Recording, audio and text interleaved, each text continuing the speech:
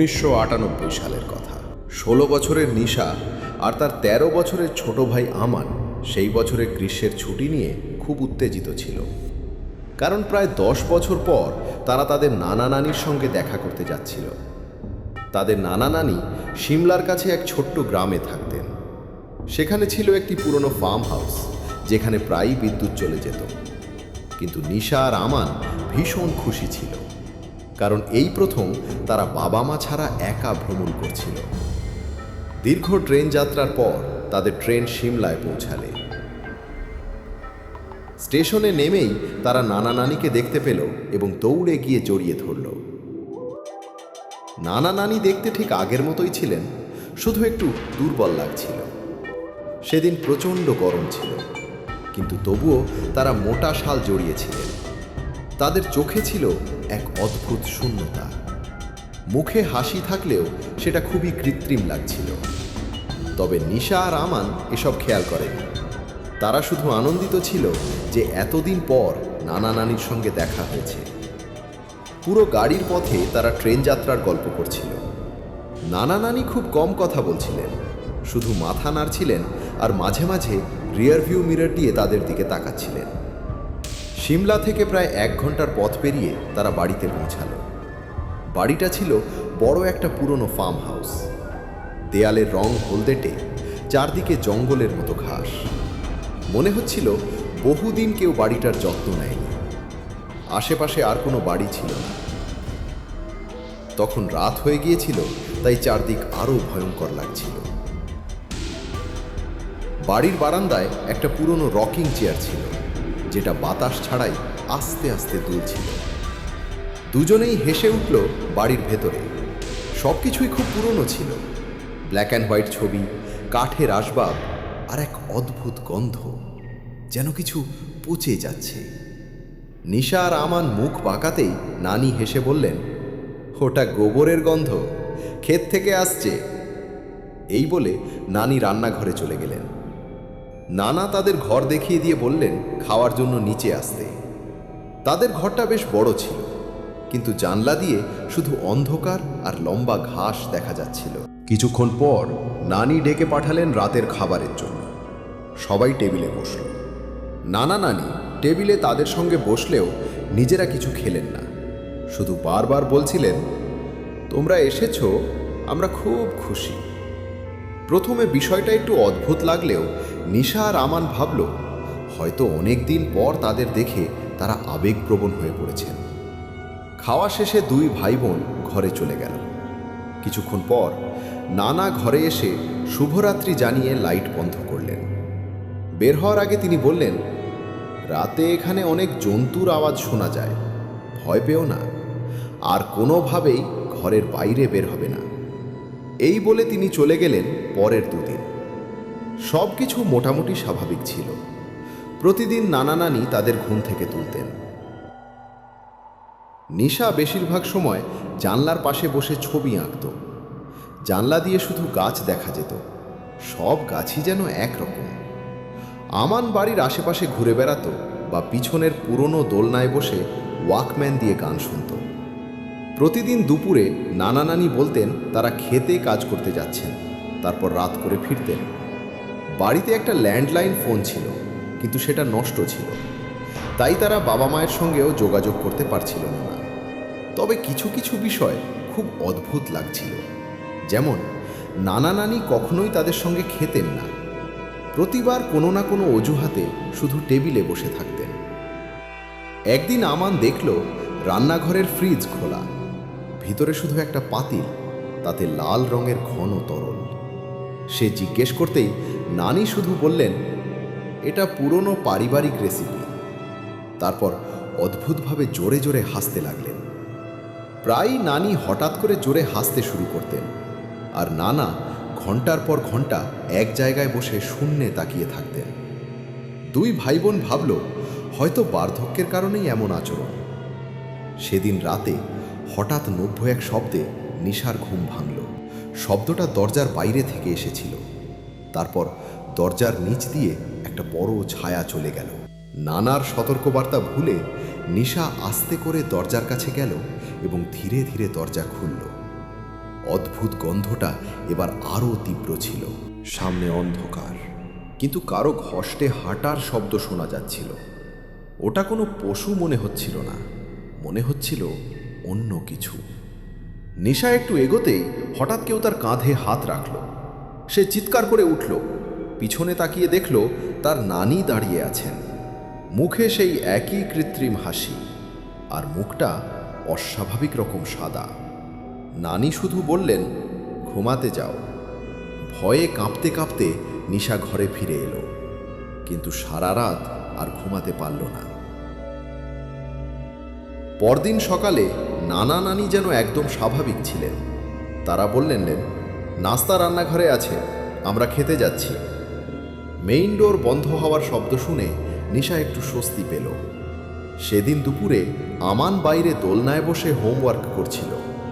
হঠাৎ সে বাড়ির ভেতর থেকে বাচ্চাদের খেলার শব্দ শুনতে পেল। সে পিছনের জানলা দিয়ে উঁকি দিল। একটা ছোট ছেলের মতো ছায়া দেখতে পেল। আমান ভাবল হয়তো কোনো অতিথি এসেছে, কিন্তু ভেতরে ঢুকে দেখল নিশা ছাড়া আর কেউ নেই। সে পুরো বাড়ি খুঁজতে লাগল। তখনই তার চোখ পড়ল ড্রয়িং রুমের একটা ব্ল্যাক অ্যান্ড হোয়াইট ছবিতে। ছবিতে নানা নানির চোখ দিয়ে রক্ত ঝরছিল। ভয়ে সে দ্রুত নিশাকে ডাকল, কিন্তু নিশা এসে দেখল ছবিটা একদম স্বাভাবিক। এরপর নিশা আগের রাতের ঘটনাও আমানকে বলল। দুজনের হাত পা ঠান্ডা হয়ে গেল। এই বাড়িতে আসলে কি হচ্ছে? বাড়িতে মোট 3টা ঘর ছিল। নানা নানির ঘরটা ছিল উপরের তলায় এবং সব সময় বন্ধ থাকত। মনে হচ্ছিল সেই পচা গন্ধ ওখান থেকেই আসছে। অবশেষে তারা চাবির গোছা থেকে সঠিক চাবি খুঁজে বের করে দরজা খুলল। দরজা খোলার সঙ্গে সঙ্গে ভয়ঙ্কর দুর্গন্ধ বেরিয়ে এলো। ভেতরে বিছানার উপর 2টো পচা গলা মৃতদেহ পড়েছিল। মুখ চেপে ধরে তারা একটু কাছে যেতেই নিশা দেখল একটি মৃতদেহের গলালায় ঠিক সেই লকেট যা তার নানি পরতেন। নিশার পায়ের নিচ থেকে যেন মাটি সরে গেল। সে বুঝতে পারল এই মৃতদেহ দুটোই তাদের আসল নানা নানির। তাহলে এতদিন যাদের সঙ্গে তারা ছিল, তারা আসলে কারা?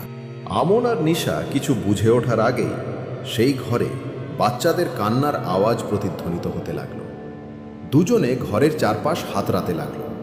আসল এই আওয়াজ আসছিল কোত্থেকে? খুঁজতে খুঁজতে আমন ভুলবশত একটি পুরনো বুকশেলফে ধাক্কা খেল। আশ্চর্যের বিষয় হলো সেই বুকশেলফটি একটি দরজার মতো খুলে গেল এবং তার পেছনে ছিল একটি গোপন ঘর।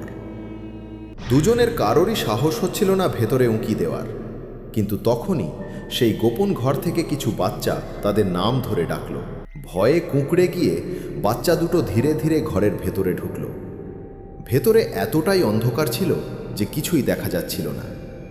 কিন্তু হঠাৎই ঘরের অন্য প্রান্ত থেকে একটি হালকা সাদা আলো আসতে শুরু করল। এবার বাচ্চাদের সেই কান্নার আওয়াজ আরও তীব্র হয়ে উঠল, যেন অনেকগুলো বাচ্চা যন্ত্রণায় কাঁদছে। মনে হচ্ছিল আওয়াজগুলো কিছু বলতে চাইছে। যখন তারা ঘরের অন্য প্রান্তে পৌঁছালে তখন তাদের ভয় আরও বেড়ে গেল। ঘরের মাঝখানে মানুষের মাথার খুলির স্তূপ পড়েছিল। তার পাশেই ছিল একটি যজ্ঞকুণ্ড এবং কিছু তুকতাক করার সামগ্রী। ঘরের দেয়ালে অনেকগুলো অদ্ভুত ও অস্বস্তিকর ছবি আঁকা ছিল।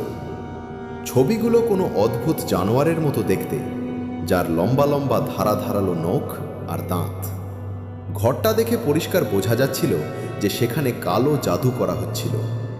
তারা যখন সেই ছবিগুলো দেখছিল তখনই বাচ্চাদের কান্নার আওয়াজ চিৎকারে বদলে গেল, যেন অনেক বাচ্চা একসাথে চিৎকার করে একটি কথাই বলছে, এখান থেকে পালিয়ে যাও। নিশা আর আমন তড়িঘড়ি সেই ঘর থেকে বেরিয়ে এলো। তখন সূর্য ডুবে আসছিল, চারদিক অন্ধকারে ঢেকে যাচ্ছিল। নিশা আর আমন বুঝে গিয়েছিল যে যাদের সাথে তারা আছে তারা তাদের নানা নানি নয়, এবং তারা যেই হোক না কেন অত্যন্ত বিপজ্জনক। দুজনে ঠিক করল তারা ফেরার আগেই এখান থেকে পালিয়ে যাবে। দুজনে দ্রুত দোতলা থেকে নিচে নেমে সদর দরজার কাছে পৌঁছালে, কিন্তু কোনো এক অজানা কারণে দরজাটা খুলছিল না। তখন তারা পেছনের গেটের দিকে যেতে লাগলো। তখনই রান্নাঘর থেকে একটা অদ্ভুত আওয়াজ শুনতে পেল। রান্নাঘরের ভেতরে উঁকি দিতেই তাদের হার্টবিট যেন থেমে গেল। রান্নাঘরের সিঙ্কের নিচে বসে সেই দুজন লোক, যারা হুবহু নানা নানির মতো দেখতে, জানোয়ারের মতো কিছু একটা খাচ্ছিল। তাদের পাশে সেই লাল রঙের পাতিলটা রাখা ছিল। তাদের সারা মুখে রক্ত লেগেছিল এবং দুজনেরই ছিল পশুদের মতো লম্বা হলুদ দাঁত। তাদের হাতের নখগুলো ছিল লম্বা, কালো আর ধারালো, ঠিক সেই ছবির জানোয়ারটার মতো যা তারা গোপন ঘরে দেখেছিল। দৃশ্যটা ছিল কলিজা কাঁপানো। দুজনেই জানোয়ারের মতো গোঙাচ্ছিল। তখনই নানির মাথাটা হঠাৎ করে তাদের দিকে ঘুরে গেল।